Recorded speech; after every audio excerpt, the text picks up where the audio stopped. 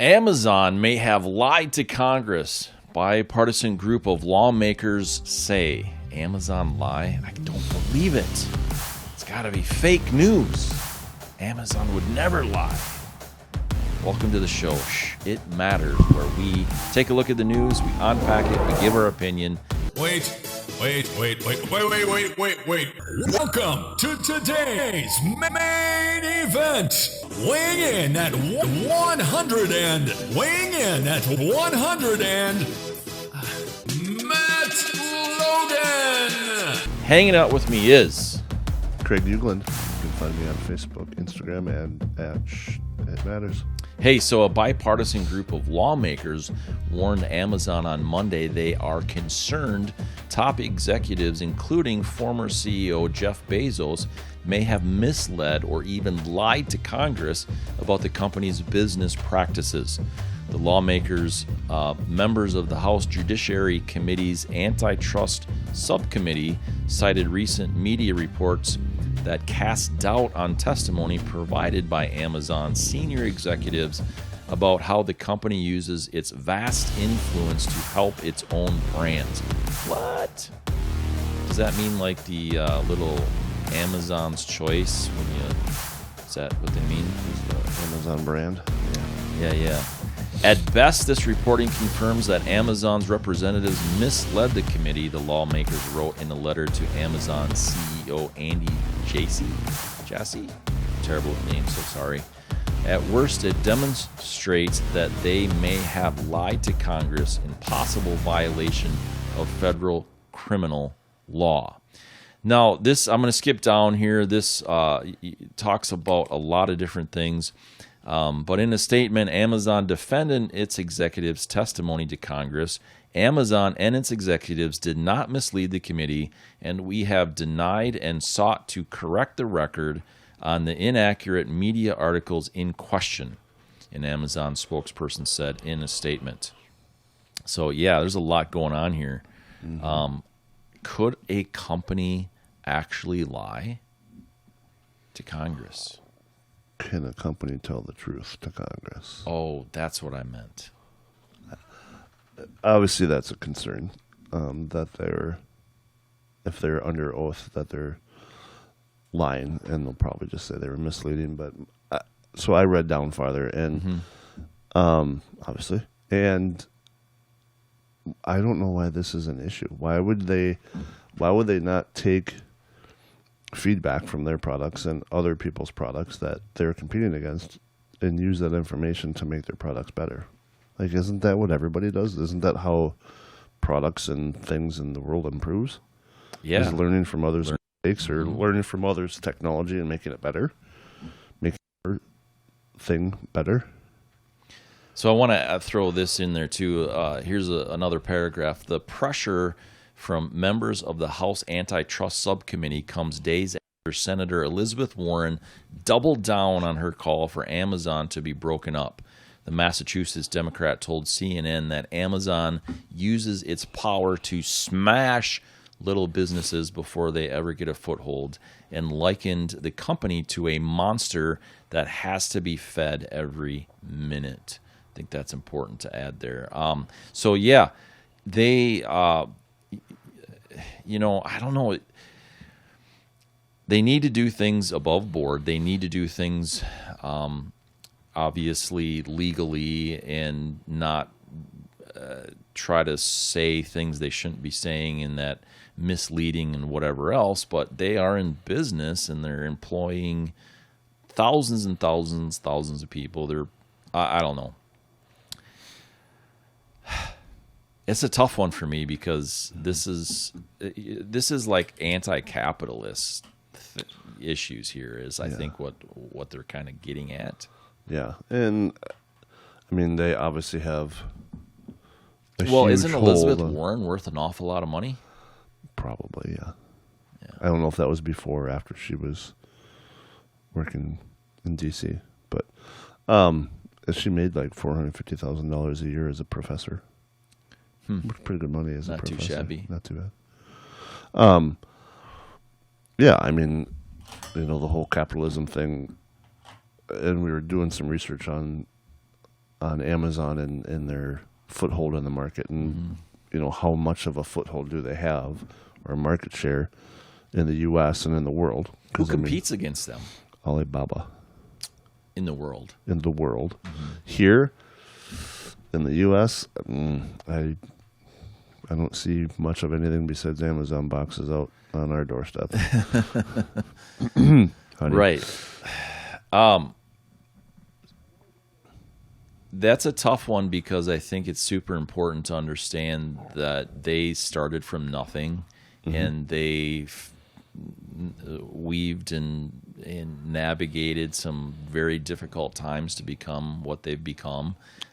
They've become that way because we've bought from them. Right. I say we as a society, as people, have bought from them.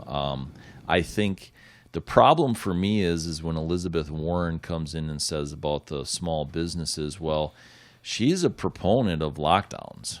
And guess who that hurt? Right. Small business. So you can't have it both ways. Right. And to defend Amazon, and I don't remember what the number was. I've seen their commercials about it. Amazon ships a lot. A large percentage of what they ship is from small businesses.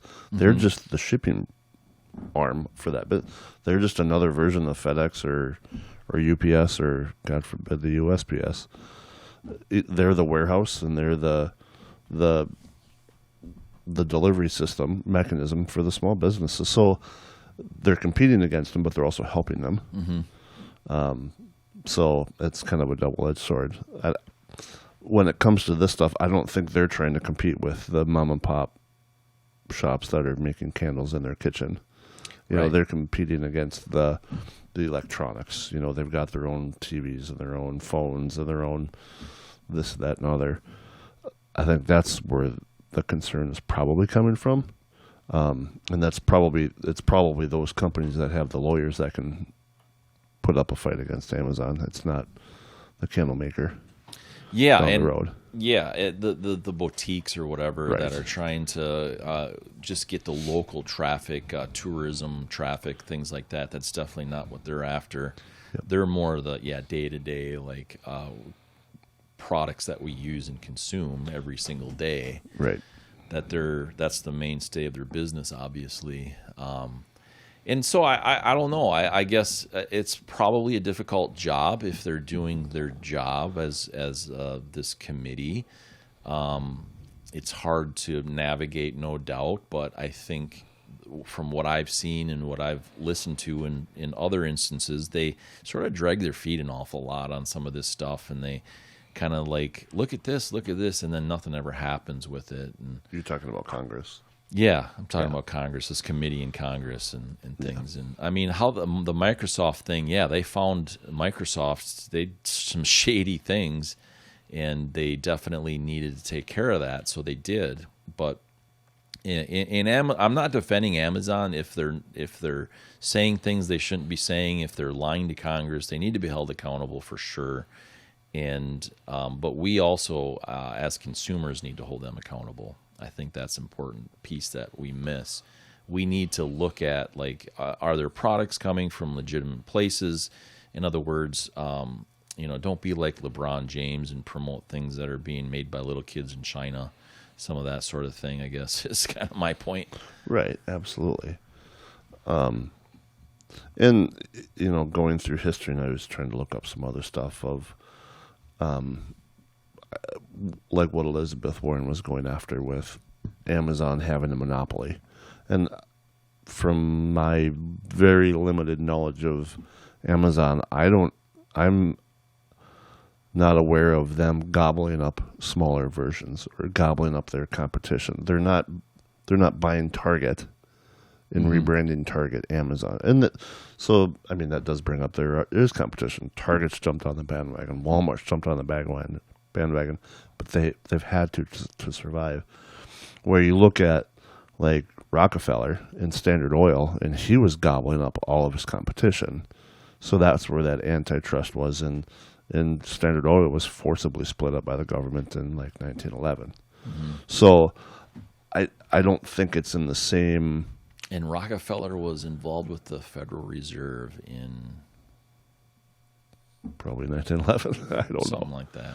Yeah. 1912, somewhere Our next, right in there. our next chairman of the Federal Reserve is Jeff Bezos. So I wouldn't compare it to the Rockefellers and Standard Oil. At least how it got to be where it is.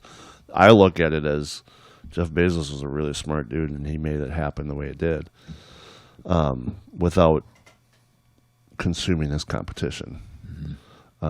Is it fair that they split him up? I don't know. I'm not one to judge that. I don't know enough on it, but it's the evolution of business as well. You see a lot of storefronts that are getting shuttered, especially post-COVID. Yeah, it's I think a lot of it's related to COVID and the shutdowns. Quite frankly, I mean, I see it all over the country. I mean, dozens of restaurants that pre-COVID I'd gone to and they're closed. Good restaurants, not like tiny little no one ever goes to them restaurants, but Yeah. you just can't afford to do it. Other shops and even gas stations and hotels, and it's pretty crazy. And so I think it's important to allow people to go out, work hard, do their thing, and let them do it. Yeah, and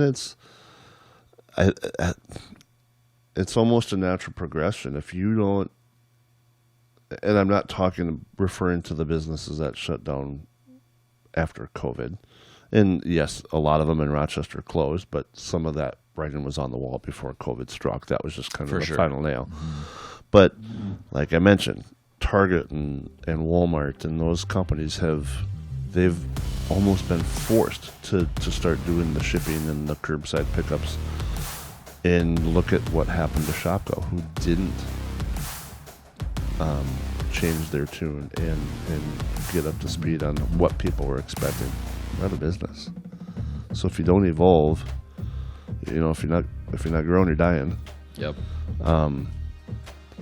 It's the business model of Amazon is mind blowing.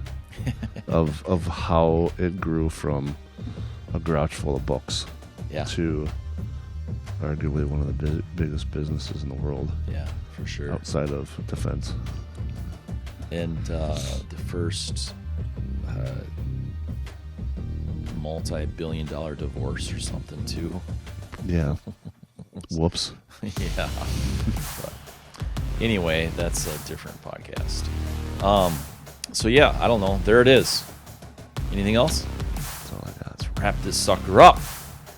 Make sure that you hammer the like button, hammer the share button, hammer out a comment, good, bad, ugly, in between, whatever. If you're listening, give us 5 stars. We do appreciate it. It helps us grow. And we would love to hear your opinion. So again, hammer out a comment to us, and we will see you next time. Craig, take it away. Craig Uglin. You can find me on Facebook, Instagram, and at Shhh, It Matters.